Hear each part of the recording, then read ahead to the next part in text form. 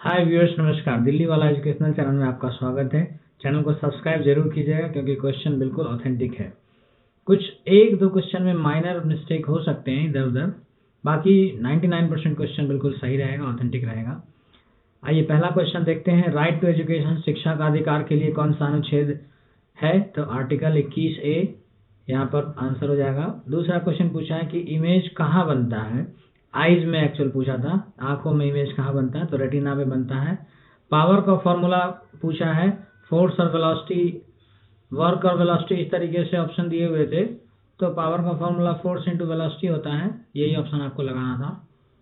उसके बाद एक मैथ का question, sine x plus cos x बराबर 1 है तो नंबर ऑफ सॉल्यूशन पूछ रहे थे। नंबर ऑफ सॉल्यूशन इसमें ये होता है कि आप एक्स के बराबर एक बार 0 रखें तो साइन 0 बराबर 0 होता है और कॉस 0 बराबर 1 होता है, तो 0 + 1 1 हो गया, ये सॉल्यूशन हो गया। फिर उसी तरीके से आप 30 डिग्री रखेंगे एक्स में दोनों जगह पे, फिर देखेंगे दोनों तरफ बराबर है तो वो भी सॉल्यूशन हो गया, अगर नहीं है तो नहीं हुआ। तो इस तरीके से 90 तक रख के आप चेक कर लेंगे और वो सॉल्यूशन आपको पता लग जाएगा। इसके बाद इंडियन नेवी का चीफ कौन है अभी? तो आर हरि कुमार अभी इसके चीफ हैं इंडियन नेवी के, ये पूछा क्वेश्चन।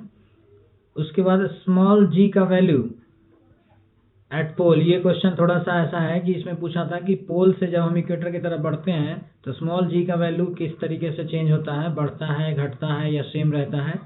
तो पोल से जब इक्वेटर की तरफ हम बढ़ते हैं तो स्मॉल जी का वैल्यू घटते जाता है क्योंकि रेडियस बढ़ता है। पोलर रेडियस हमारा अर्थ का कम होता है और इक्वेटोरियल रेडियस ज़्यादा होता है। फाइनेंशियल इमरजेंसी के लिए, वित्तीय आपात के लिए कौन सा अनुच्छेद है? तो आर्टिकल 360 है। उसके बाद आपसे पूछा था कलरलेस प्लास्टिड, मतलब रंगहीन प्लास्टिड किसको कहा जाता है? ऑप्शन में लिकोप्लास्ट भी होगा और लिकोप्लास्ट ही सही आंसर। 5 ईयर प्लान, 5 वर्षीय योजना को किसने रिप्लेस किया, मतलब कौन सा नया सिस्टम आया? तो नीति आयोग जो अपना NITI Aayog, national institute for transforming India इसका फुल फॉर्म होता है, इसने रिप्लेस किया 5 ईयर प्लान को। उसके बाद वर्क का CGS यूनिट पूछा गया था आपसे, जो कि अर्ग होता है। अब वर्क का CGS यूनिट, इसके बाद ये देखिए पेज थोड़ा नीचे आ गया मेरा, कोई बात नहीं। ट्रांजिशन एलिमेंट का ग्रुप पूछा था आपसे, 3 से 12 होता है। एक्स्ट्रा नॉलेज के लिए डी ब्लॉक में जितने भी एलिमेंट होते हैं सब ट्रांजिशन एलिमेंट में आते हैं। 3 से 12 ग्रुप को ट्रांजिशन एलिमेंट कहते हैं। Oxygen quantity at the time of exhaling, exhale मतलब जब सांस हम छोड़ते हैं तो उस टाइम पर ऑक्सीजन की क्वांटिटी कितनी होती है, ये पूछा जा रहा है।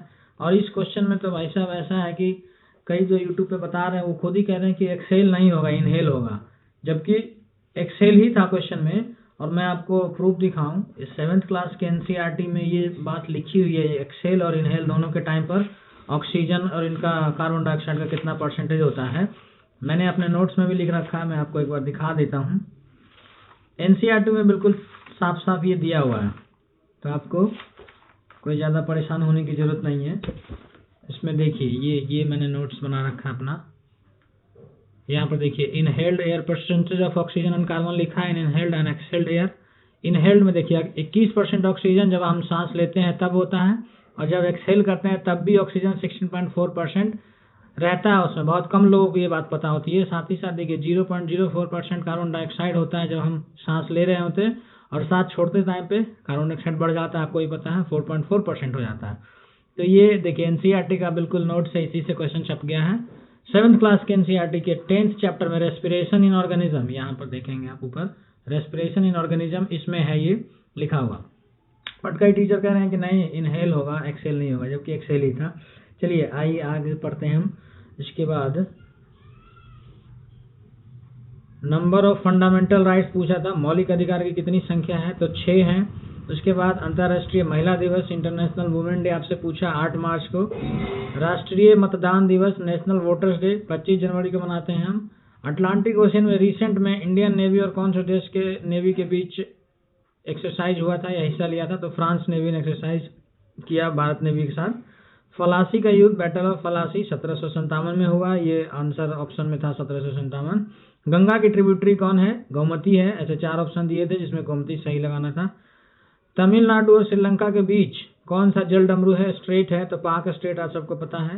अब यहाँ पर देखेंगे CuO + H2, अब रिएक्ट प्रोडक्ट में मिला है आपको Cu + H2O, ये कौन सा रिएक्शन है? तो रेडॉक्स रिएक्शन है, क्योंकि इसमें एक बार ऑक्सीडेशन भी और दूसरी बार रिडक्शन भी हो रहा है, एक बार अपचयन भी और दूसरी बार हिंदी में क्या तो बोलते हैं उसके रिडक्शन को, याद नहीं आ रहा मुझे। Value of G from pole, ये हो गया क्वेश्चन, दोबारा लिख दिया है। क्लोरीन का एटॉमिक नंबर 17 होता है, ये नहीं पूछा था, पूछा था इलेक्ट्रॉनिक विन्यास बताइए, इलेक्ट्रॉनिक कॉन्फ़िगरेशन, तो 287। इसके बाद नेक्स्ट स्लाइड। नेक्स्ट स्लाइड में आपसे पूछा जा रहा है कि 2020 में क्रिकेट के क्षेत्र में राजीव गांधी खेल रत्न अवार्ड किसको मिला है? रोहित शर्मा को मिला है। इसके बाद इनमें से कौन सा रेस्पिरेटरी पिगमेंट है, मतलब श्वसन वर्णक है? तो हेमोग्लोबिन को हम रेस्पिरेटरी पिगमेंट कहते हैं। नेक्स्ट क्वेश्चन पूछा लाउडनेस जो है ये किस बात पर डिपेंड करता है और किस तरीके से डिपेंड करता है? एम्पलीट्यूड का स्क्वायर पे, एम्पलीट्यूड पे, एम्पलीट्यूड का पावर 3, इस तरीके से दिया हुआ था। एम्पलीट्यूड को हिंदी में आयाम कहते हैं, तो डायरेक्टली प्रोपोर्शनल है, समानुपाती है आयाम के, कौन सा? लाउडनेस। उसके बाद रोलर एक्ट, बहुत पुराना क्वेश्चन है, कई बार पूछा गया है, 1919 में हुआ था रोलर एक्ट, ये भी पूछा। मेक इन इंडिया कब लॉन्च हुआ? 2014 में। उसके बाद उत्तल दर्पण में कैसा प्रतिबिंब बनता है, कॉन्वेक्स मिरर में इमेज कैसा बनता है? तो आभासी और सीधा बनता है हमेशा, यही ऑप्शन में था, वर्चुअल एंड डायरेक्ट, ये आपको लगाना था। नेक्स्ट, ओरिजिन ऑफ ह्यूमन कौन से कॉन्टिनेंट में हुआ, ये पूछा, कौन से महादेश में ओरिजिन हुआ है ह्यूमन का? तो इसका आंसर अफ्रीका। रनिंग टाइम पे, जब हम दौड़ते हैं तो उस टाइम पे न्यूटन का कौन सा लॉ वैलिड होता है, ये पूछा गया, तो थर्ड लॉ वैलिड होता है। इसके बाद मैथ वगैरह का क्वेश्चन थोड़ा सॉल्व करके दिखाना लेंदी बन जाता है ना, तो इसीलिए मैंने बस टॉपिक लिख दिया। वैसे भी आपको टॉपिक क्लियर होगा तभी जाके आप क्वेश्चन कर पाएंगे।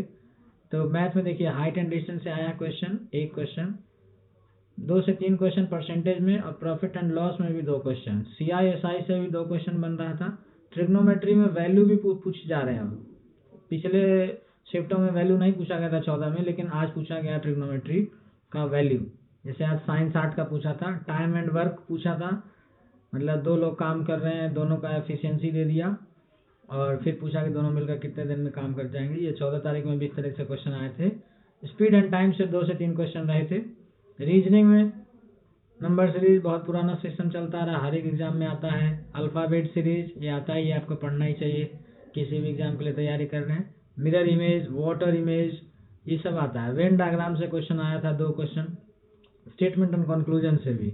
इस तरीके से आज का वीडियो इतना ही रहेगा। थैंक यू दोस्तों, बहुत बहुत धन्यवाद। चैनल जरूर सब्सक्राइब करिएगा।